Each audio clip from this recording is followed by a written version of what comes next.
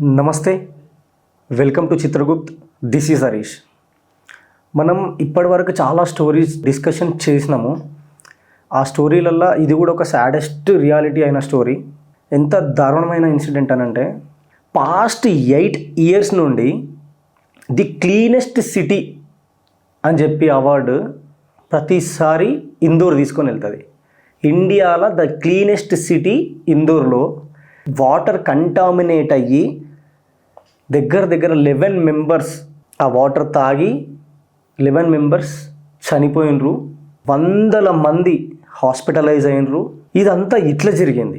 ఎవరి నిర్లక్ష్యం వల్ల ఇట్లాంటి సిచ్యువేషన్కి ఇందోర్లో ఉన్న భగీరథ్పుర అనే ఊరు ఇది ఫేస్ చేయాల్సి వస్తుంది. పురాణాల ప్రకారం భగీరథుడు అనే రాజు గంగా తల్లిని భూమిపైకి తీసుకురావడానికి ఎంతో జపం చేసిన తర్వాత శివుడు కరుణించి తన తలపైనున్న గంగాదేవిని భూమికి తీసుకొచ్చిండు అన్నట్టు. అట్లాంటి వాటర్ ఇవాళ కలుషితమయ్యి ఇంతమంది ప్రాణాలు పోయినాయి అని అంటే ఎంత దారుణమైన సిచ్యువేషన్ కదా ఇది. అదే ఒక సైడ్ ఇట్లుంటే మన దగ్గర కేసీఆర్ గారు మిషన్ భగీరథ అని చెప్పి పేరు పెట్టి ఫస్ట్ టైం తెలంగాణకి ఇంత వాటర్ రావడం, చెరువులు తవ్వించి మిషన్ భగీరథ అనే పేరుతోనే ఇంటింటికి నల్లబెట్టి మరీ నీళ్ళు ఇచ్చిండ్రు. ఇంత గొప్పగా తెలంగాణలో వాటర్ గురించి ఇట్లుంటే ఇంకొక సైడ్ మధ్యప్రదేశ్లో the cleanest city of India అనే బిరుదు తీసుకున్న ఇందూర్లో భగీరథ్పుర అనే దగ్గర వాటర్ కలుషితమైపోయి బ్యాక్టీరియాతో కంటామినేట్ అయిన వాటర్ని తాగడం వల్ల ఎంతోమంది ప్రాణాలు కోల్పోయినారు. ఆ వాటర్ కూడా ఎట్లా కల్తీ అయినాయి తెలుసా? మనం వాష్రూమ్ పోయి వేస్టేజ్ చేసే వాటర్ వీళ్ళు తాగే వాటర్లో మిక్స్ అయ్యి అదంతా గలీజ్గా ఒక నురుగులాగా ఫామ్ అయ్యి దాన్ని మొత్తం బ్యాక్టీరియా రిలీజ్ చేసేసి మొత్తం నీళ్ళంతా గలీజ్ అయిపోయి అవే వాటర్ ఇంటికి తాగడానికి పంపించేసిండ్రు. అసలు మధ్యప్రదేశ్ గవర్నమెంట్ ఏం చేస్తున్నది? డిసెంబర్ నుంచి ఈ వాటర్ తాగి ఇంకో ఇప్పుడు లాస్ట్కి అయితే పబ్లిక్ మొత్తం పేషెంట్స్ అయిపోతుందంట. అక్కడ పబ్లిక్కి మీడియా వెళ్ళి మాట్లాడితే గెలిచిన తర్వాత అక్కడ గవర్నమెంట్ అసలు ఆ ఊరిని పట్టించుకోవడమే మానేసిందంట. 3 years నుంచి అక్కడున్న లీడర్స్ అసలు ఆ ప్లేస్కి వెళ్ళి కనీసం ఎట్లా జరుగుతుంది, ఎట్లా నడుస్తుంది, పబ్లిక్ ఏమన్నా తిప్పలు ఉన్నాయా అని అడిగేటోడు కూడా లేకుండా అయిపోయిందంట. పొలిటీషియన్స్ గెలిచేంత వరకు, ఓటు వేసేంత వరకు పబ్లిక్ కాళ్ళైనా పట్టుకొని మొక్కుకొని మరీ ఓటు వేయించుకుంటారు. గెలిచిన తర్వాత మరి ఇంత దారుణమా? అదే నీళ్ళు మీ ఇంటికి వచ్చి మీరు తాగితే ఎట్లుంటుంది? మీకు మాత్రం అట్లా జరగద్దు, కానీ గరీబోడికి ఏదైనా మనకు సంబంధం లేదా? మరి ఇంత దారుణమా?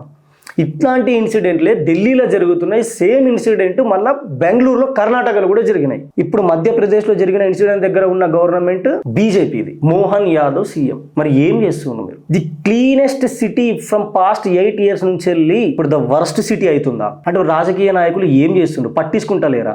ఈ ఇన్సిడెంట్ అయిన తర్వాత హాస్పిటల్కి వెళ్ళి పరామర్శించి ఈ జరిగిన వాళ్ళకి మేము కంపెన్సేషన్ కింద మేము ప్రతి ఒక్కళ్ళకి 2 లక్షలు ఇస్తున్నామని చెప్తున్నారు. भर्ती हुए हैं या भर्ती होकर डिस्चार्ज हो गए हैं, उनके लिए निर्देश दिया है कि सबका अच्छा इलाज और निःशुल्क इलाज किया जाए, और जिन लोगों के घर में दिवंगत हुए हैं उनको भी राशि देने की घोषणा माननीय मुख्यमंत्री जी ने की है.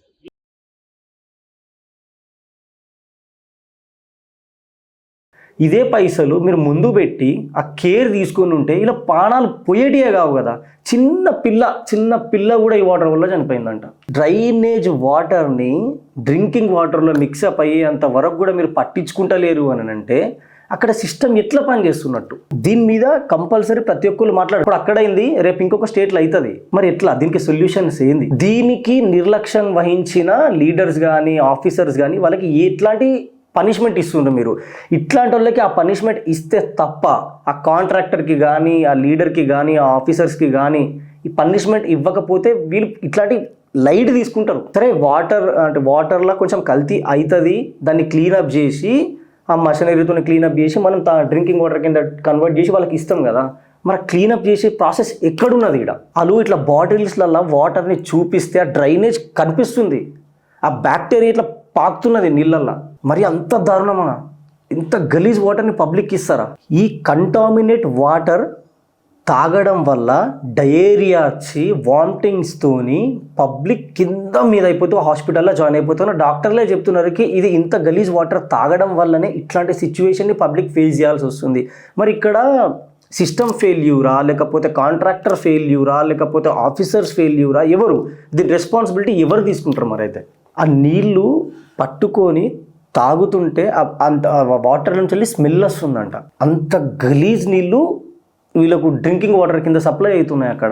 దానివల్ల 11 మంది చచ్చిపోతే 270+ హాస్పిటలైజ్ అయిపోయినరు, 300 మెంబర్స్ సిక్ అట్లనే ఉన్నారట. ఇంకా ఇంత ఘోరంగా ఉంది పరిస్థితి. ఒక మనిషికి ఒక వారం రోజులు, ఒక 3 రోజులు ఫుడ్ లేకుండానే ఉంటాడు, కానీ వాటర్ లేకుండా ఉండలేరు. అట్లాంటి వాటర్ కూడా ఆఖరికి దొరికే నీళ్లు తాగే బతుకుదామన్నా కానీ నీళ్ళను కూడా కలుషితం చేసేసి వదిలేసి మీరు ఇట్లా చేస్తే ఇంకా పబ్లిక్ ఎవరిని నమ్మాలా? ఏ గవర్నమెంట్ని నమ్మాలా?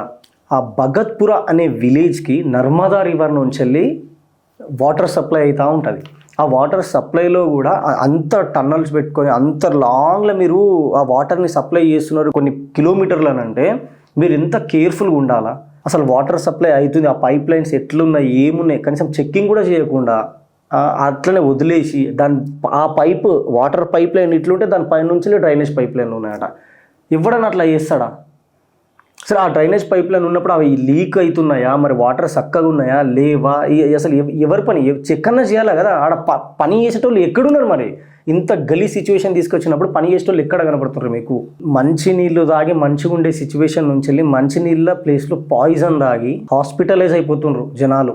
దయచేసి అన్ని గవర్నమెంట్, ఏ గవర్నమెంట్ అయినా, ఏ స్టేట్ అయినా ఒక్కసారి డ్రింకింగ్ వాటర్ దగ్గర కొంచెం జాగ్రత్తగా ఉండండి. గరీబులకి తిండి దొరకకపోయినా కనీసం నీళ్ళన్నా మంచి తాగుతారు అన్న హోప్తో ఉంటున్నారు. ఆ నీళ్లు తాగి హాస్పిటలైజ్ అయ్యి ఖర్చు పెట్టుకుని అంత స్తోమతలో కూడా మస్తు మంది లేరు.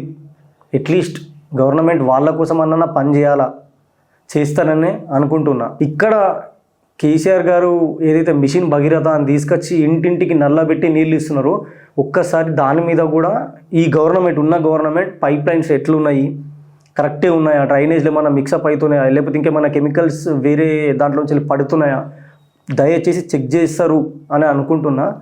ఇట్లాంటి సిచ్యువేషన్ ఏ స్టేట్లో రావద్దు, రానివ్వకుండా గవర్నమెంట్ చూసుకోవాలా అని రిక్వెస్ట్ చేస్తున్నా. Thank you. జై హింద్, జై భారత్.